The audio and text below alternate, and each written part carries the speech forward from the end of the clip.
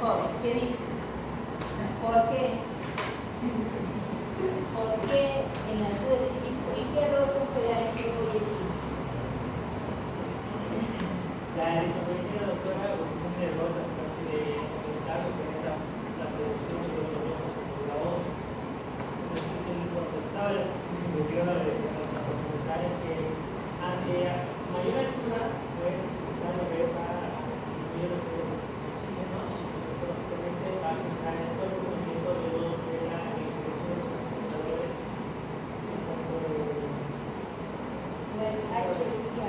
La hipoxia va a ocasionar que aumente y por ende aumenta la hemoglobina y que tiene mucha relación también lo que ella expresó de una manera, pues dijo, la estás matando, pero no es tanto así, ¿no? No, o sea, sí, me cuidamos, lo dice, ¿no?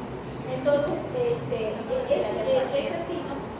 Cada vez que nuestra compañera, mire, yo les dejaría estar mirando el teléfono, sino que me queda la duda que estén chateando, porque de verdad que cuando uno va mirando algunas cositas, porque este tema es repetido para ustedes, es repetido, pero la cuestión es hacerlo, y en el examen van a profundizarlo más, porque el examen son 10 casos clínicos, por si acaso, de anemia y 2 preguntas de historia clínica. Ya les aviso que es para el otro. O sea, son 10 casos clínicos, 2 de historia clínica y 8 de anemia. No, 8, mejor vamos a hacer 7 y 1 de plaquetas, del último, uno nomás del último tema. Entonces, así, ¿para qué? Para que con unos casos clínicos ahí van a estar.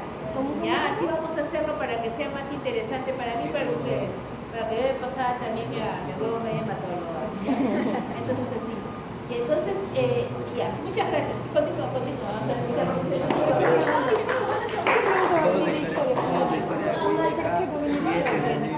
Para terminar con las transfusiones sanguíneas de anemia, ¿plaquetas? 10. Tenemos para dar a un paciente una transfusión.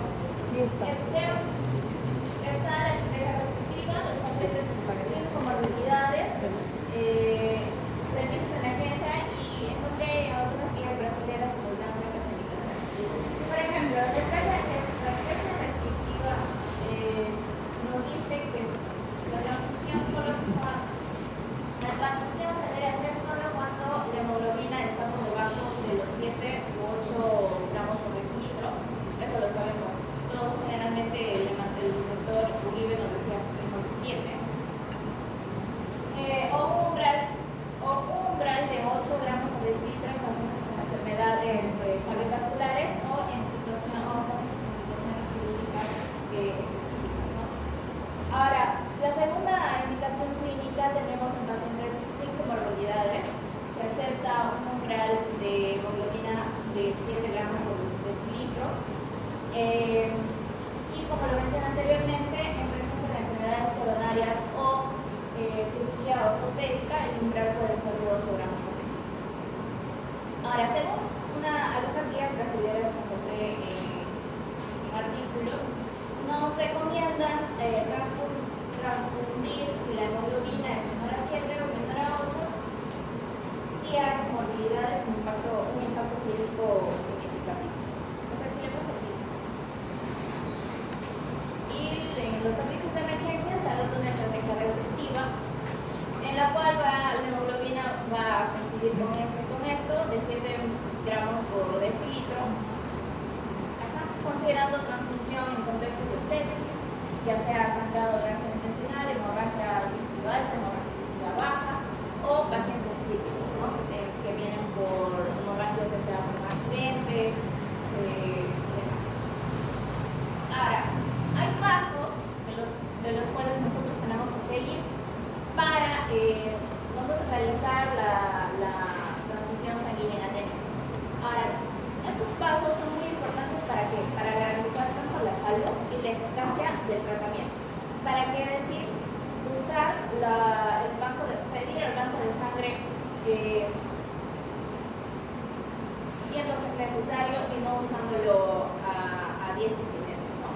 Dentro del primer procedimiento, del primer paso, tenemos que evaluar la indicación clínica de la transfusión, considerando los de hemoglobina y la presencia de síntomas asociados a la anemia. Es decir, ver cuánto está nuestra hemoglobina, sobre todo el criterio de menos de 7 gramos por decilitro. El segundo es realizar la selección y obtención del producto sanguíneo. Tercero, se debe realizar pruebas transfusionales, incluyen la tipificación sanguínea, grupo A, B, O y factor RH y la prueba cruzada. Esto es muy importante para antes de. Ya. En el cuarto paso es muy importante, aunque es muy simple, pero muy importante, se debe verificar la identificación del paciente y se debe informar sobre el procedimiento y posibles riesgos tanto al paciente como a los familiares. ¿Por qué? Porque no pasa desapercibido o no pasa de caso fortuito de que muchas veces se confunden los casos clínicos, se confunden las historias clínicas, se confunden las identidades y terminan poniendo un grupo A o B, un factor RH diferente a lo que es el paciente y pues el paciente termina muy mal. Entonces, después de esta verificación, nos viene el quinto paso en la cual se inicia la infusión lentamente durante los primeros 15 minutos, mientras se monitorea estrechamente pues, qué cambios o qué reacciones puede tener el paciente, ¿no? Bajada de presión, taquicardia, demás. Y sexto, para finalizar, se registran todos los detalles en la historia clínica, todo debe estar apuntado en la historia clínica, incluyendo qué cantidad fue transfundida, a qué hora fue transfundida, por qué fue transfundido y cualquier reacción adversa presentada por el paciente.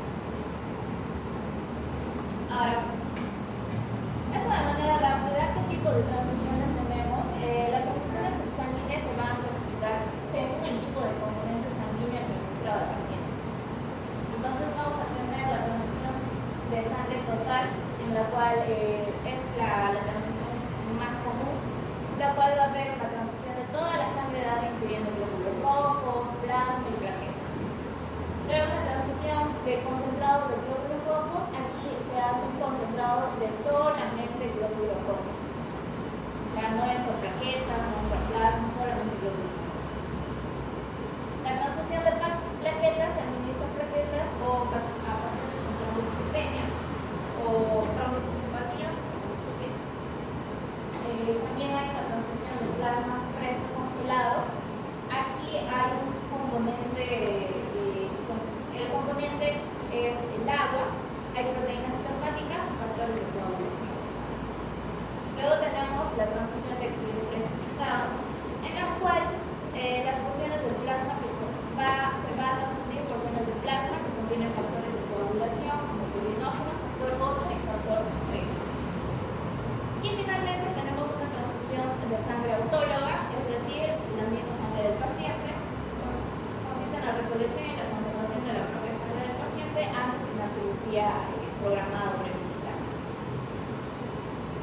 Ahora, dentro de los riesgos o complicaciones que pueden haber tras una transfusión, yo lo dividí en dos tipos de riesgos, los riesgos infecciosos y los riesgos no infecciosos. Dentro de los riesgos infecciosos, como nosotros sabemos, la transfusión de sangre puede transmitir infecciones como VIH, hepatitis B y C, sífilis y otros patógenos emergentes, ¿no? Y dentro de los riesgos no infecciosos, nosotros generalmente vamos a tener las reacciones inmunológicas inmediatas.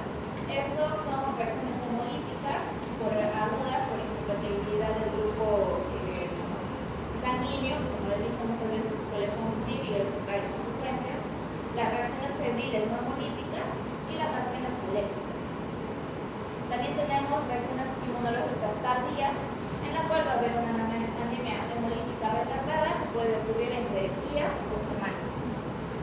También vamos a tener una sobrecarga circulatoria.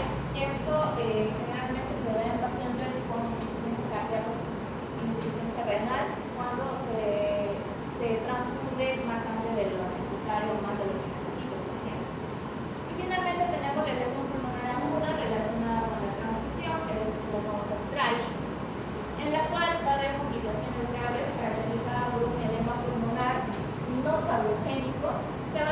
digamos, por anticuerpos contra los leucocitos del propio paciente. Y eso sería